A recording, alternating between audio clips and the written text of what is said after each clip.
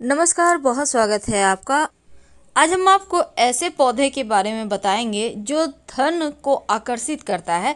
या फिर ये समझ लें कि ये पौधे की जड़ अगर आपको मिल जाए, आप लेकर आ जाएं शुभ नक्षत्र में, शुभ मुहूर्त में, तो ये धन को बढ़ाता है। माँ लक्ष्मी का सबसे प्रिय पौधा वैसे तो बहुत सारा है, लेकिन इस पौधे के बारे में चलिए जानते हैं विस्तार से। सहदेवी का पौधा, जो न सिर्फ तांत्रिक क्रियाओं में यूज होता है बल्कि टोना टोटका भी इसका किया जाता है, वशीकरण के लिए भी, और इससे धन प्राप्त भी किया जाता है। जैसे तुलसी का पौधा पूजनीय है, उसी तरह से सहदेवी का पौधा, जहाँ पर 7 देवियों का आशीर्वाद इस पौधे को मिला हुआ है। आपने बहुत सारे घरों में देखा होगा, तुलसी की पौधे की तरह ही इस पौधे की भी पूजा होती है।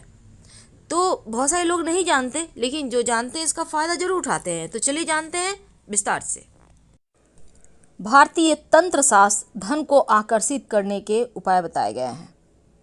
अब धन प्राप्ति के लिए तरह तरह के टोने टोटके करते हैं, लेकिन आज हम एक खास प्रयोग बताएंगे। तंत्र शास्त्र के अनुसार सहदेवी का पौधा, ये सहदेवी का पौधा है जो चमत्कारिक पौधा है। आपको ये अभी बारिश का मौसम है, कहीं भी रोड साइड मिल जाएंगे। सहदेवी का पौधा छोटा सा होता है और 1 फुट से 3 फुट तक ऊंचाई का होता है।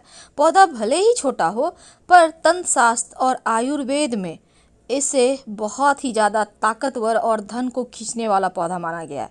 इसके प्रयोग किए जाते हैं।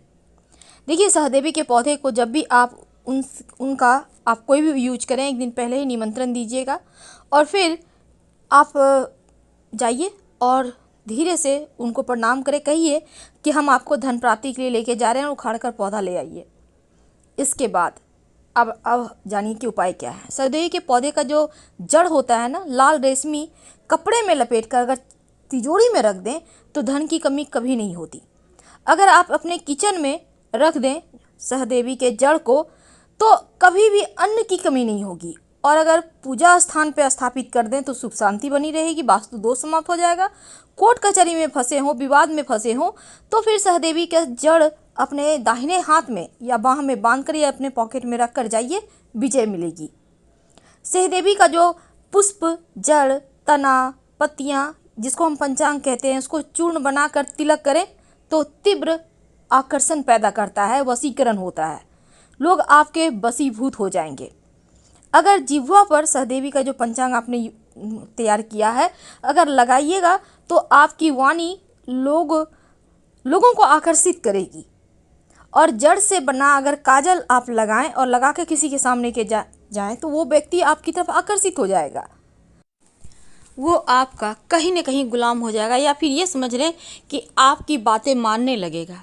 आप पति पत्नी हैं, लव रिलेशनशिप में हैं, या फिर कोई रिश्ता है ऐसा, तो बहुत सारे होते हैं।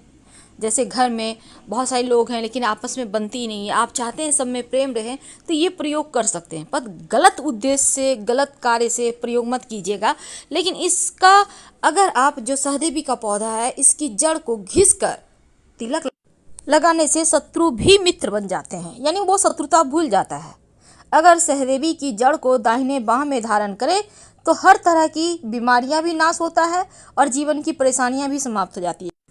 हालांकि ये पौधा आपको ज़्यादातर, अगर आप पहचानते हैं तो अभी भी आपको मिल सकता है, लेकिन ज़्यादातर देखा गया है कि जनवरी फरवरी के महीने में ये पौधा फूलने लगता है, तब आप इसे आसानी से पहचान पाएंगे। फिलहाल विदा लेंगे। हर हर महादेव। धन्यवाद।